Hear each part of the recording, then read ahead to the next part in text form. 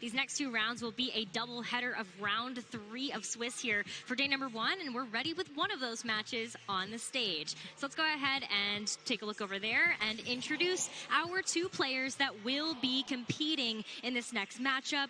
We have Oriol Plaza and Hirofumi Kimura. We just think we're in for a great game. I think so as well, and I love that point you bring up about how the circuits are just a touch different. But in this case, we're actually seeing a mirror matchup here. So what ends up being incredibly important is how are those Pokemon trained and what type of movesets and items are these Pokemon going to have? This is going to come down to some real fine detailing. Let's go ahead and kick off game number 1 between Oriol Plaza and Hirofumi Kimura. And we're going to see the mirror on both sides of the Zacian and the Thunderous. But it looks like Oriol Zacian is going to get the Intrepid Sword boost first, but we have to wait a little bit to see if that is a speed tie or if Oriol Zacian is just a bit faster. It's going to have to take a turn or 2 to figure it out for both of these players as well. They do need that piece of information. But nice to see them both understanding one of the key leads of this 6 that they've bought. I mean, Hirofumi, obviously, runner-up at Worlds, knows exactly how to play some of these awkward matchups. If you're following along in his footsteps as Oriol, you've got to feel pretty good, but then it's going to be such a close match. There's the Dynamax coming out already, and surprise, surprise, it's the Thunderous. It's the only option, but it's on Hirofumi's side. So if there's a mismatch of the Dynamax, that could actually make this game very, very interesting very, very early on. There is going to be the follow-up. There it is. So both trainers committing to it early doors. Yeah, and so this is really where the training and those minuscule details that you were talking about really will make a big difference here, especially when you have the same Pokemon on both sides.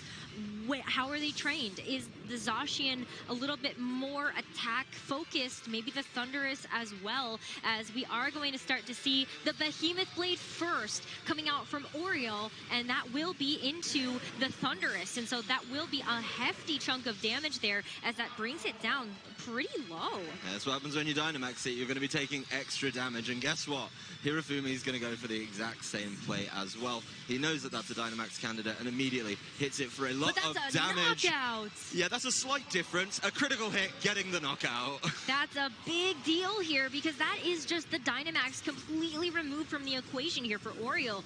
What a massive move here for Hirofumi, as well you can follow it up with a max airstream from your own Thunderous, and now you are probably faster. There's not that much difference, it feels like, from the damage calculation of both of these Zacians, so now you're looking at a potential outspeed here. You're definitely going to be the fastest Zacian on the field, I think, at this point. There's no way that you'd fall that far behind. But speaking of speed control, here comes a Whimsicott that would be able to cause some problems. The big thing there, though, that critical hit changes everything for Oriol. Has to dig deep in his team immediately because Dynamax being so important in this format.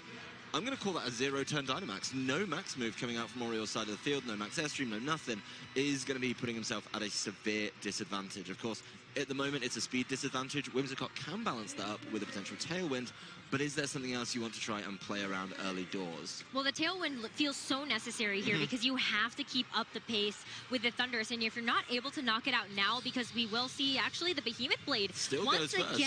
Yeah, absolutely. I mean, we are going to see that into the Zacian, so yeah, it will be able to be fast enough, but it doesn't mean that we're not going to see a Behemoth Blade, of course, fire back. Usually Zacians cannot knock each other out right away unless they have some type of attack boost, but here we go. I mean, that extra little bit of damage from that max airstream in that previous turn was enough to make sure that Zacian could get the knockout, and a super effective max airstream as well, bringing that Whimsicott down to its focus sash. And bringing the speed back to parity as well, making sure that you've got 2 boosts on both your Pokemon to match up with that the Tailwind as well.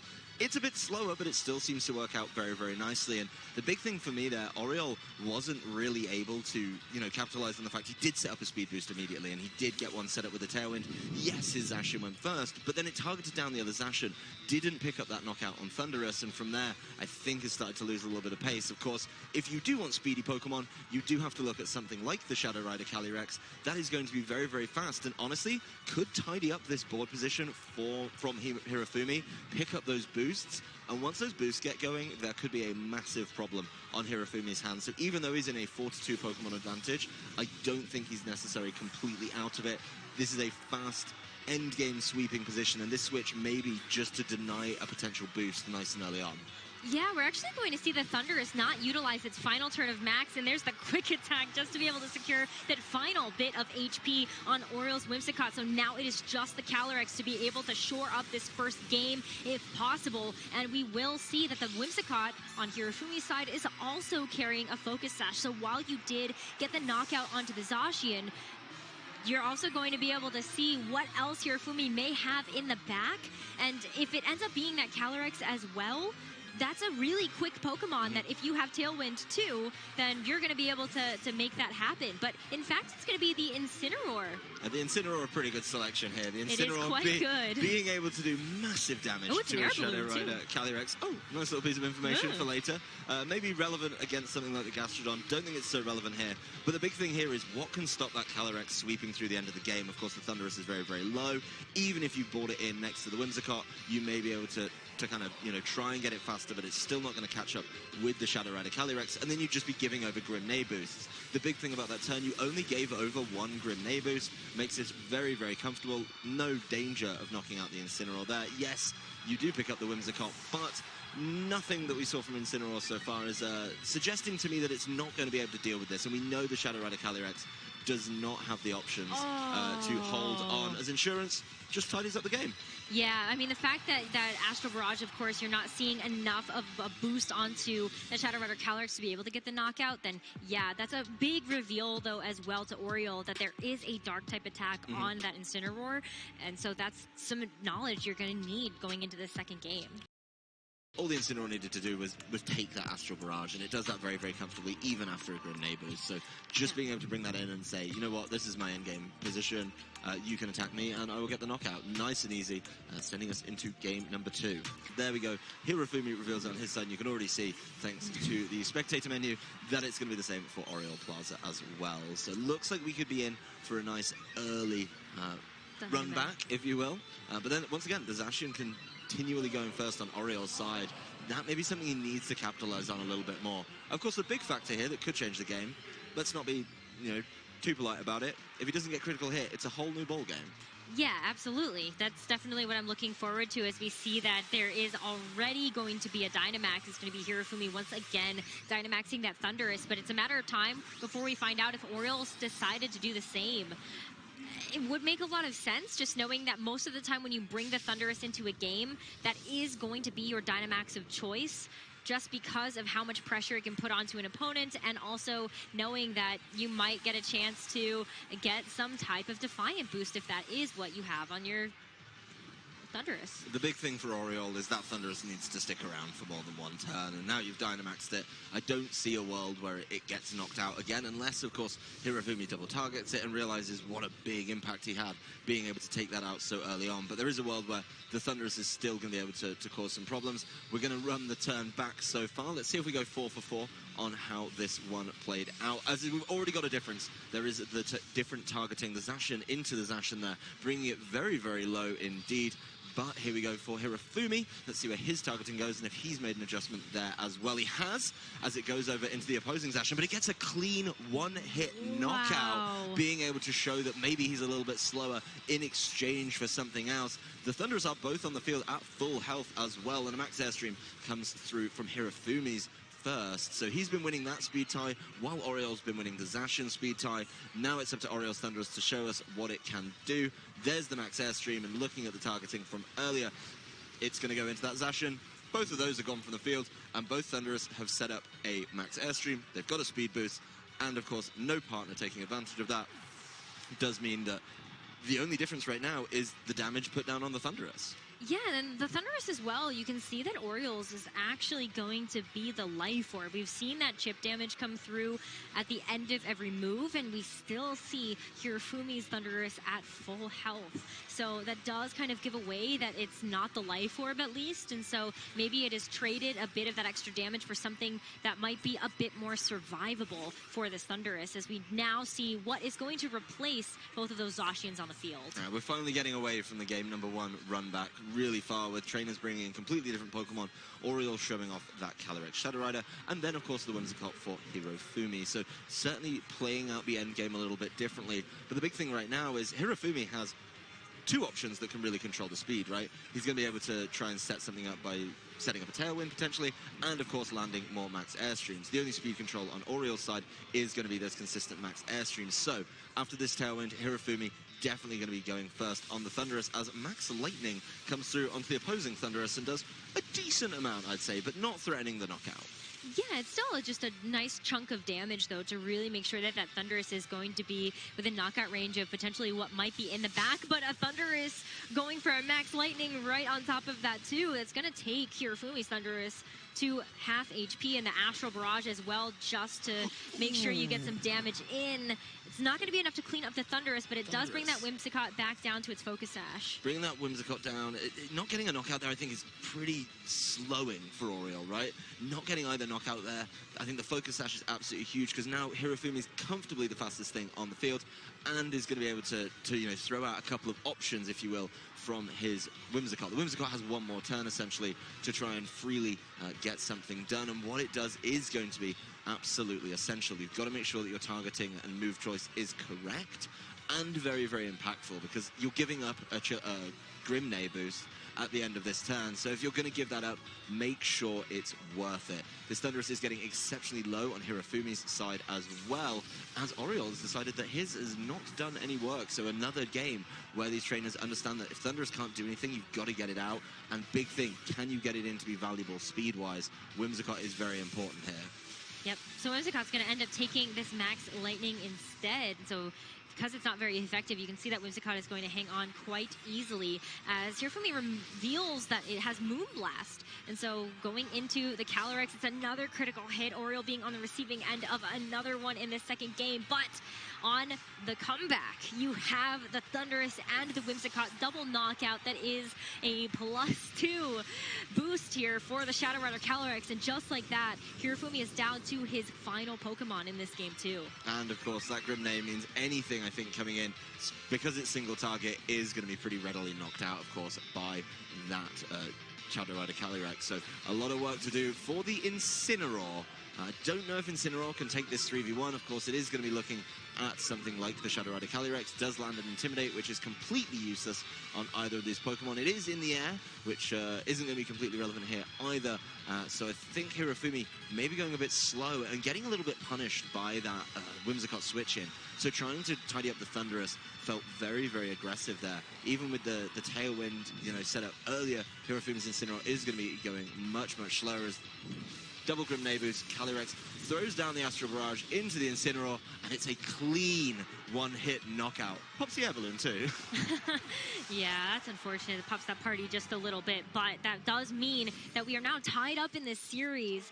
Oriol Plaza now at 1 game win, and Hirofumi as well at 1 win. And you know what's really interesting about both of these players as well, seeing how they're piloting these Zacian and Shadow Rider Calyrex teams, is that this is a new archetype for both of them, really. I mean, we did end up seeing a little bit of at least the Zacian and the Shadow Rider Calyrex from Oriol before at EUIC. We did see that, but just a little bit of a difference in having the Rillaboom instead of the Whimsicott. But you also take a look at how, of course, Hirofumi with the Japan Nationals, it's just a different circuit, so you're going to see some wildly different things. The big thing here is, in that last game, they both pivoted to knock out the Zacian. Of course, Hirofumi was able to do it a little bit easier and was then able to cause some problems. But while I talk about how good that lead is, Hirofumi decides it's not the one he wants for Game 3.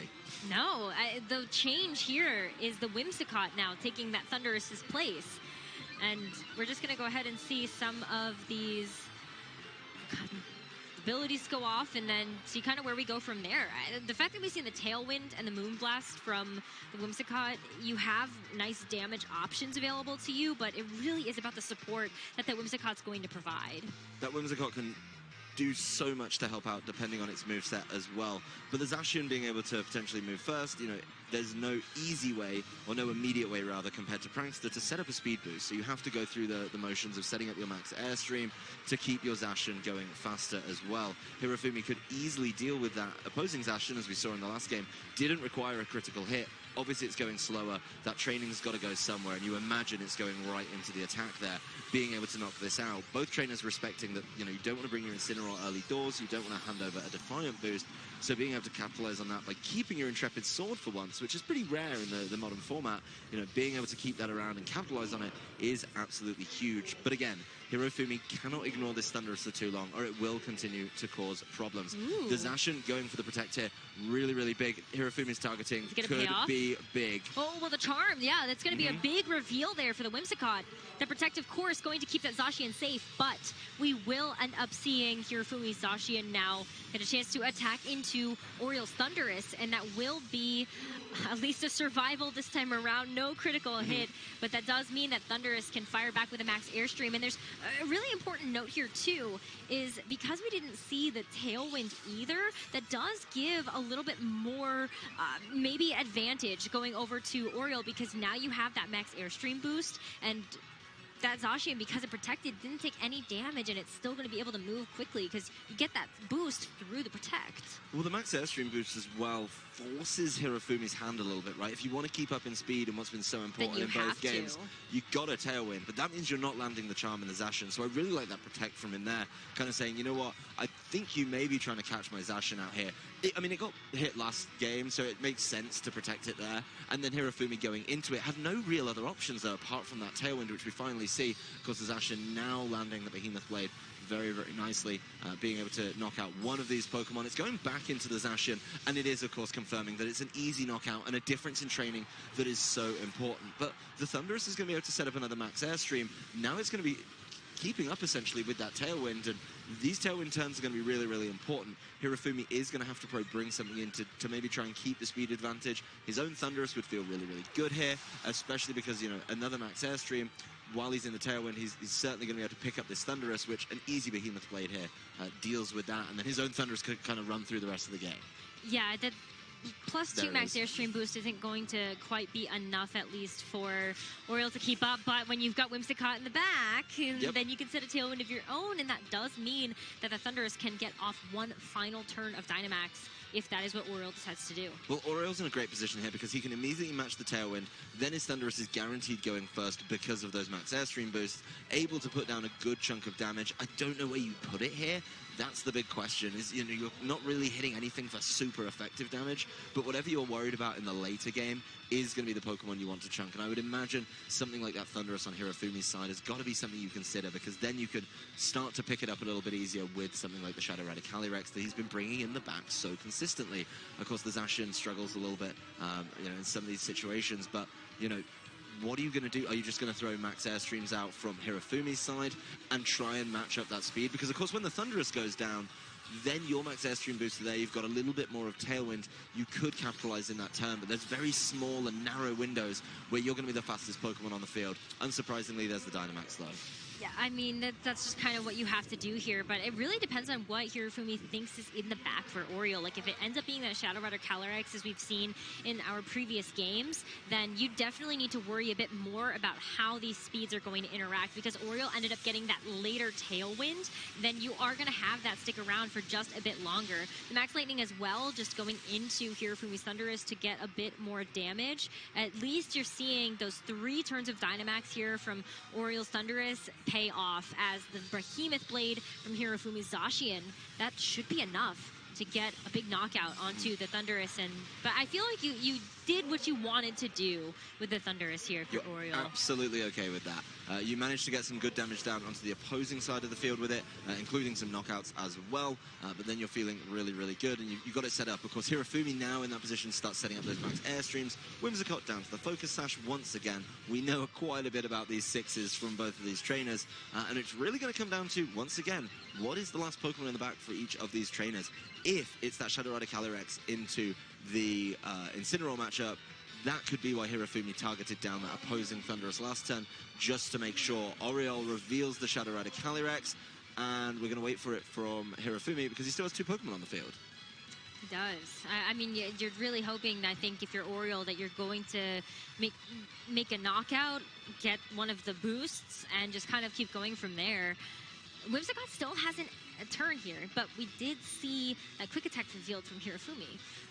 So the way that plays out is really interesting as well in terms of the priority and speed. So being able to deal with the Whimsicott feels really good here, and there it is, taking that massive 1 health away from the Whimsicott, being able to eliminate it and put Hirofumi in what is now a 3v1 Pokemon advantage. Another max airstream comes through before the Calyrex even gets that opportunity to move, and I just don't know how Calyrex can do this without maybe some critical hits.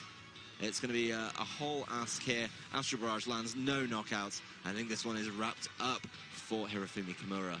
Looks like it. Yeah, I mean, the fact that, of course, that Thundurus got another max airstream boost, and you already saw that both these Pokemon are quite fast, it probably means that we've got a big wrap-up of this match, and here's the Behemoth Blade. This should be the final bit of damage for Hirofumi Kimura to move on and just keep that perfect record so far for these first 3 rounds of Swiss. A critical hit on top of it too, just as that cherry, and that will be Hirofumi taking the match. Yeah, that set for the Zacian started and ended with a critical hit. One mattered and one definitely didn't. But your 2019 Worlds runner-up, showing why he is one of the top players here at this tournament, and somebody to definitely watch out for. I love that they played a mirror that was very different in all 3 games, of course.